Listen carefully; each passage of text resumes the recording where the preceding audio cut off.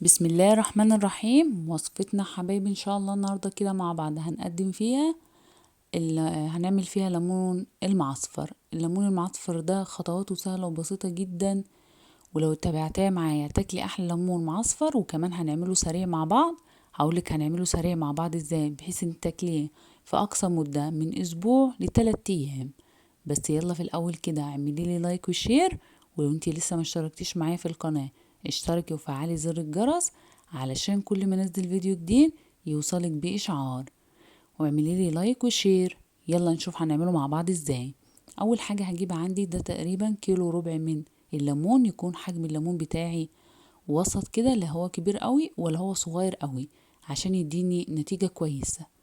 اول حاجه عندي بقى هاخد الليمون بتاعي ده وابدا اجيب القطاعه بتاعتي واقطعه بحيث ان انا اعمل فيه زي حرف اكس كده، بس انه منزلش لحد الاخر عشان نحط فيه الحشو بتاع الليمون المعصفر اللي انا هقولك عليه. طبعا انا هنا هنسلق الليمون ده معانا نص سلقه، بس في الاول لازم اقطعه الاول. طب ما انا ممكن اسلقه وبعدين اقطعه، بيكون تقطيعه صعب. ففي الاول يفضل ان انت تقطعيه زي ما انا عملت كده، وبعد كده نسلقه، عشان لو ما بينسلق حجمه بيكون طري شويه فبيعوز سكينه حاميه جدا عشان تقطعيه وما بيديكيش نتيجه كويسه.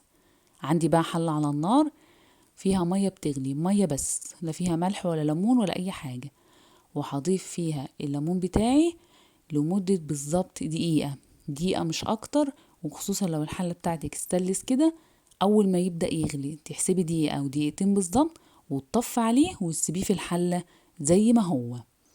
دي خطوة أساسية في عمل الليمون المعصفر السريع.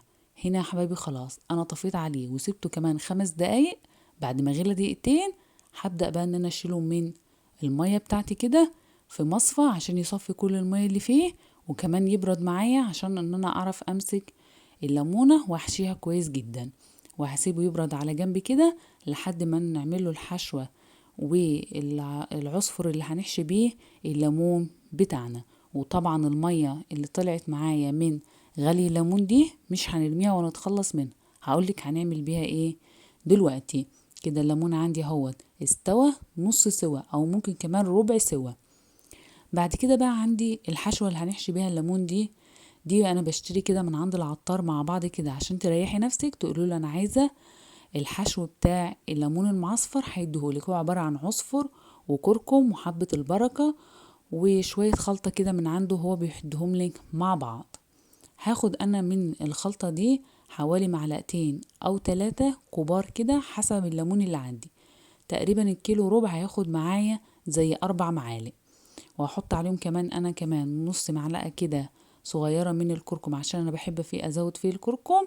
ولو انت حابة تزودي حبة البركة كمان زودي. وهحط عليهم كمان 3 معالق من الملح او معلقتين كبار من الملح، 3 تقريبا بيكون كويس.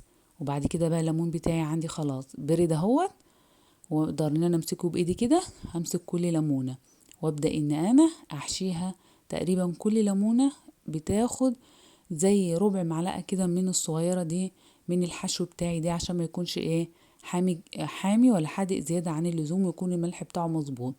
وانا جبت معايا كده واحشي وبحشي فيه حاجة كده بتنزل لتحت، واحط فيها برضو زي ما هي عشان هقولك برضو هنعمل بيها ايه دلوقتي. اسفة. في اللي هينزل من الحشو ده احنا هنستخدمه تاني، وانا هكمل بقية الكمية كده عشان ما اضيعش الوقت معاكي وارجع لك تاني. هنا حبايبي خلاص انا حشيت كل الليمون اللي عندي بالخلطة اللي احنا عملناها مع بعض. هجيب بقى عندي البرطمان بتاعي مغسول ومعقم ونضيف كده، وابدأ ان انا انزل بيه الليمون بتاعي واحدة واحدة كده ونرصه كله مع بعض. ما تنسيش بقى لو انتي اول مرة بتشوفيني تشتركي معايا في القناة وتفعلي زر الجرس على كلمة اشتراك علشان كل ما انزل فيديو جديد يوصلك بيه اشعار. هنا طبعا المية اللي نزلت اللي احنا كنا راكنينها على جنب بتاعت المخلل اللي سلقنا فيها، هاخد منها حوالي 2 ل3 كوبايات. وهزود عليهم كمان معلقتين من الملح وادوق الملح بتاعي المحلول اللي انا عملته ده. لو لقيته لسه عايز كمان ملح ممكن ازوده. محدش هيقول لي المية دي بتكون ممررة، لا مش ممررة ولا حاجة، بالعكس دي بتديكي طعم مميز جدا لليمون، وبتشد كمان اي مرارة موجودة فيه. وبكده حبايبي انا بصب المحلول بتاعي على الليمون بتاعي، بيقعد معايا من 3 ل4 ايام، وممكن اسبوع كمان لو احنا في الشتاء. واغطيه كده بكيس عشان امنع عنه اي عفونة. ونشوف هنقدمه ازاي بعد 3 ايام، هتلاقي طعمه جميل جدا. اسرع واسهل وصفة لعمل الليمون المعصفر. وبكده حبايبي بعد ال3 ايام نفتح مع بعض ونشوف المخلل بتاعي شكله عامل ايه واخباره ايه. هتلاقيه مستوي وتمام التمام. يلا نشوفه كده مع بعض. اهو ده عدى بالظبط عليه 5 ايام. هبدأ كده ان انا اشيل الليمون. طبعا الريم الابيض اللي بيتكون على المخللات ده، اول ما تفتحي البرطمان كده خلاص، بعد ما اخدت منه الليمون دخليه على التلاجة على طول.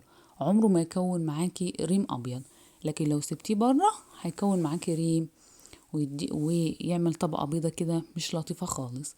وبكده حبايبي تكون وصفتنا خلصت النهاردة. اتمنى ان انا اكون قدرت اقدم لك معلومة سهلة وسريعة في عمل الليمون المعصفر. يلا مع السلامة.